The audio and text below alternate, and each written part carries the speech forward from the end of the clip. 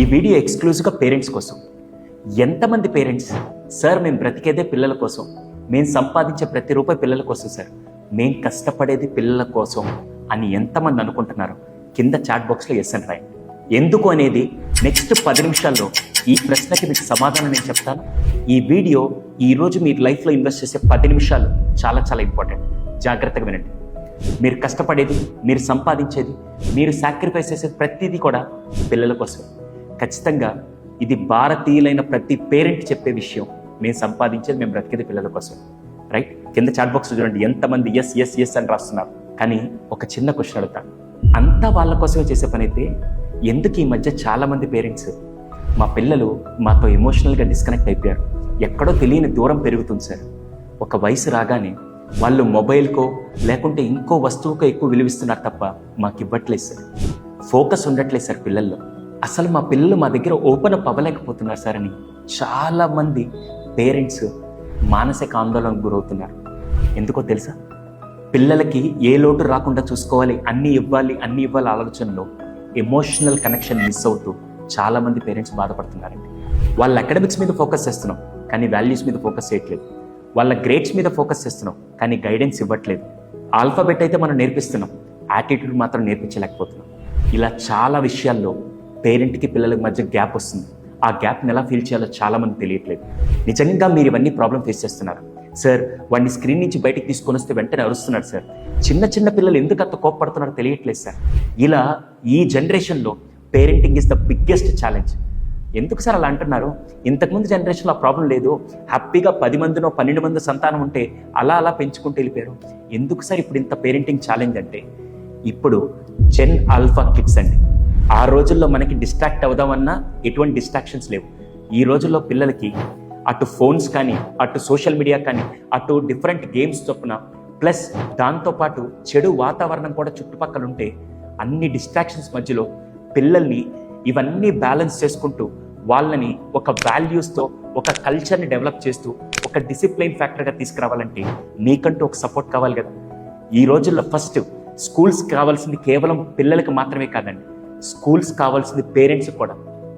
ఏంటి సార్ ఆ మాట అంటున్నారంటే నిజమేనండి సార్. ఎలా వాడితో కనెక్ట్ అవ్వాలో అర్థం కావట్లేదు సార్. ఒకరేమో కొట్టొచ్చు అంటారు, ఒకరేమో తిట్టొచ్చు అంటారు, ఒకరేమో తిట్టకూడదు అంటారు. ఏం చేయాలో అర్థం కావట్లేదు సార్. అసలు వాడి మనసులో ఏముందో ఎలా తెలుసుకోవాలో అర్థం కావట్లేదు సార్. ఏ వయసుకి ఏది నేర్పించాలో తెలియట్లేదు సార్. అలా చాలామంది పేరెంట్స్ కన్ఫ్యూషన్ ఉందండి. మీ పిల్లల్ని కేటగిరీ 1లో చేయాలనుకుంటున్నారా, కేటగిరీ 2లో పెంచాలనుకుంటున్నారా? సార్ ఏంటి సార్ కేటగిరీ 1, కేటగిరీ 2?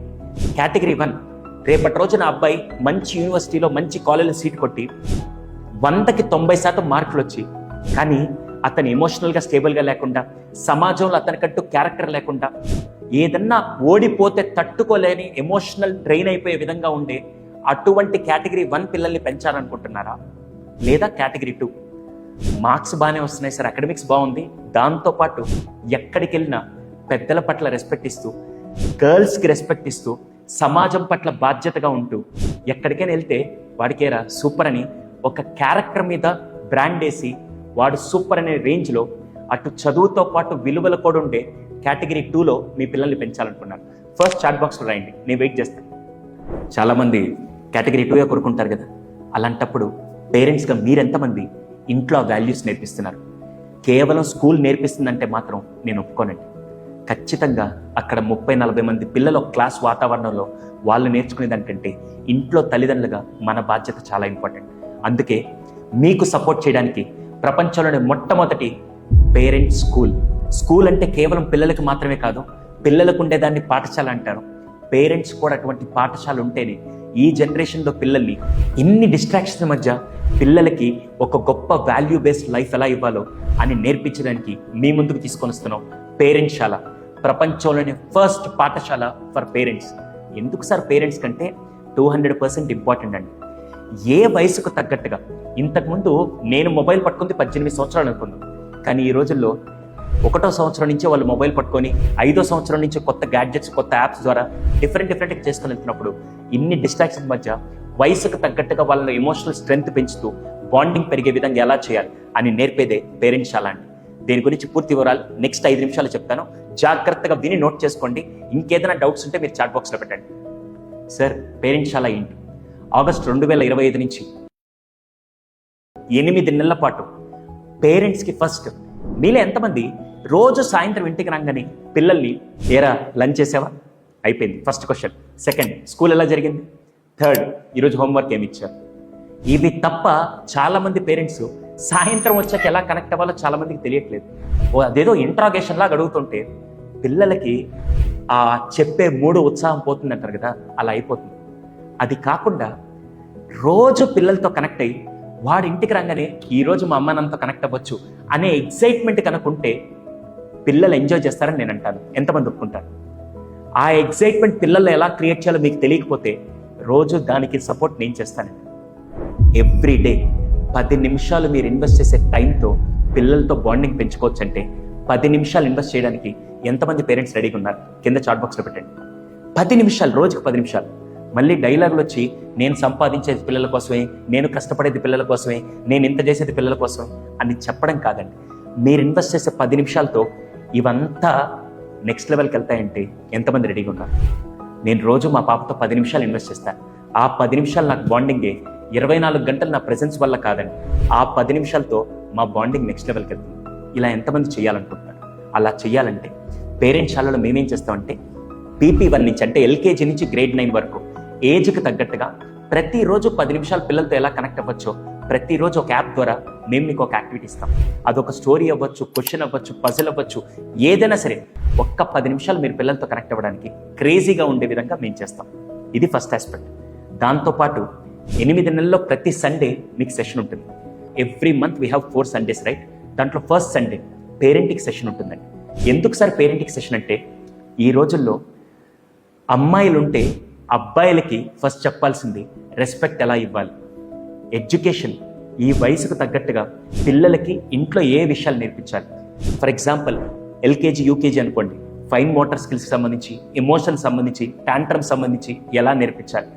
ఒక టీంలోకి రాగానే బాడీని చేంజెస్ ఎలా జరుగుతాయి, నువ్వు దానికి తగ్గట్టుగా నువ్వు ఎలా హ్యాండిల్ చేయాలి. ఇలా ప్రతి ఒక్కటి క్లాస్ వైజ్గా ప్రతి పేరెంట్కి 8 నెలల పాటు 8 టాపిక్స్ ఎలా నేర్పించాలో మేము మీకు నేర్పిస్తామండి.